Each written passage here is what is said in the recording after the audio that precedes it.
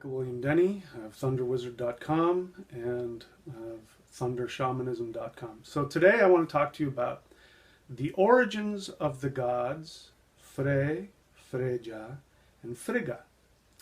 And I'm doing this because I see a lot of confusion in the neo-pagan, neo-heathen world about this. And, as you know, if you've read my books, especially this book here, Mounting Sleipnir, we talk about the origins of the Indo-European origins of the Germanic polytheist pre-Christian tradition. So there's a lot of mistakes. And so first, let me just tell you the background of where these words and these goddesses come from, and then I'll talk to you about why I think there's some confusion. So, as you've probably read in my book, or if you've seen it in a previous video, I talk about the origin of the word Freyja.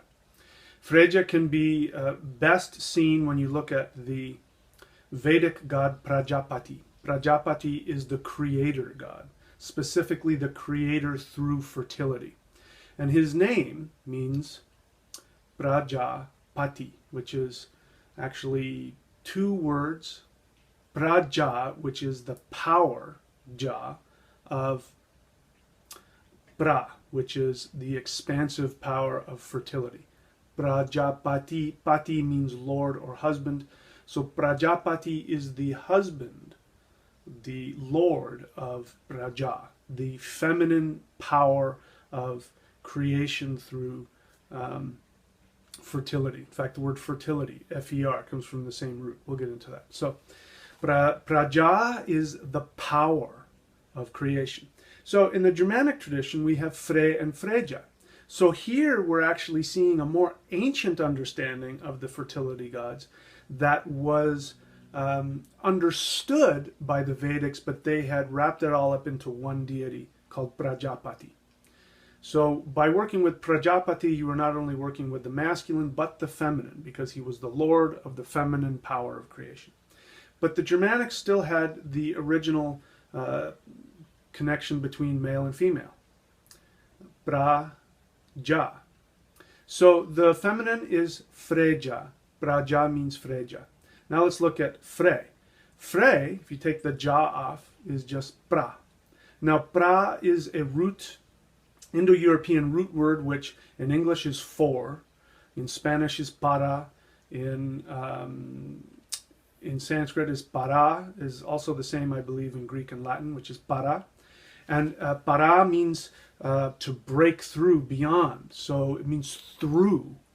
Modern language, it just kind of means for, which means toward or around or connected. But its original meaning was beyond. So pra was the power of fertility.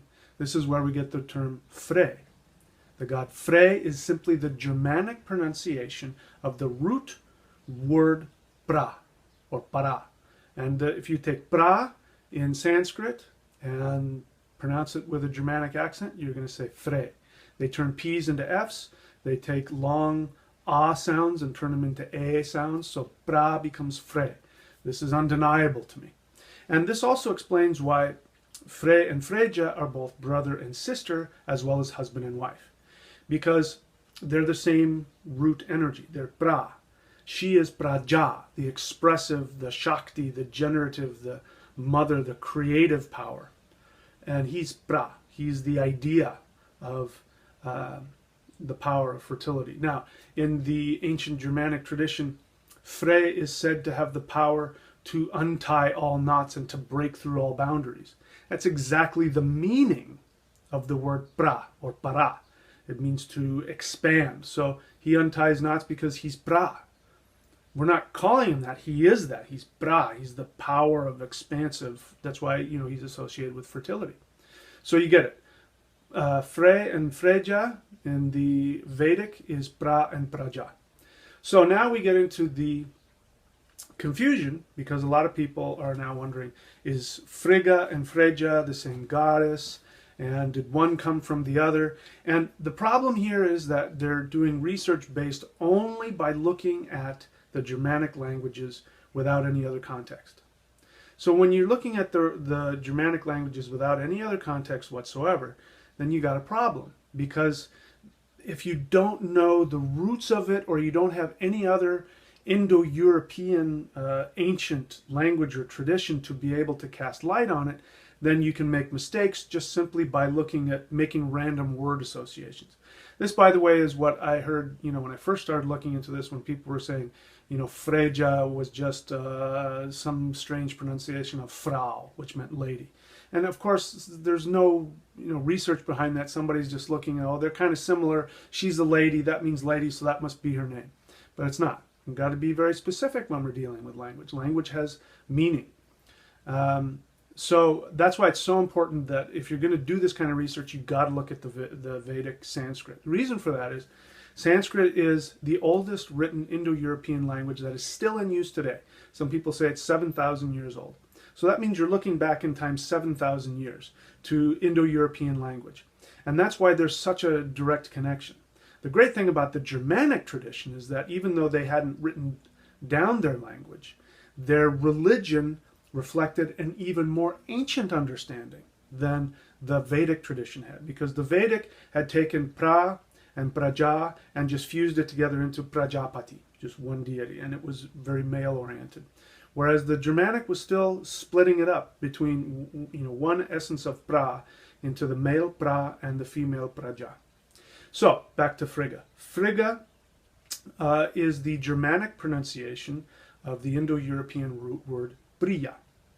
Priya in Vedic means beloved, and it means she who is beloved by all the gods.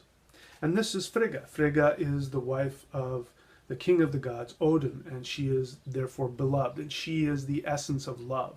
When you read the myths about Frigga, she is all about motherly love. So, of course, Freyja and Frigga have connections. Of course, there's similarities there. You've got the motherly aspect, you've got the feminine aspect, you've got the creative aspect. All of that stuff is still there. But are they the same God? No. There's clearly a difference in terms of the words. Priya and Praja are two completely different words in the Sanskrit, which, as I said, reflects the oldest Indo-European tradition that we have available to us. And we have the difference in, listen, if the Germanics, they were very practical people. If Frigga and Freyja were the same god, they would have fused it together. They wouldn't have wasted time. One of the, an adage of the Germanic tradition still today that works is, if it works, don't fix it. So they wouldn't have gone out of their way to complicate things. They don't do that. This is clearly reflecting that these are two different gods.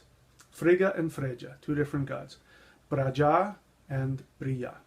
So, that's my connection there. If you want to learn more about it, click on the link below, and of course subscribe, and click on the link below to get this book, Mounting Sleipnir, the Indo-European Roots of Germanic Polytheism. So, with that, my friends, that's all for today. Talk to you later.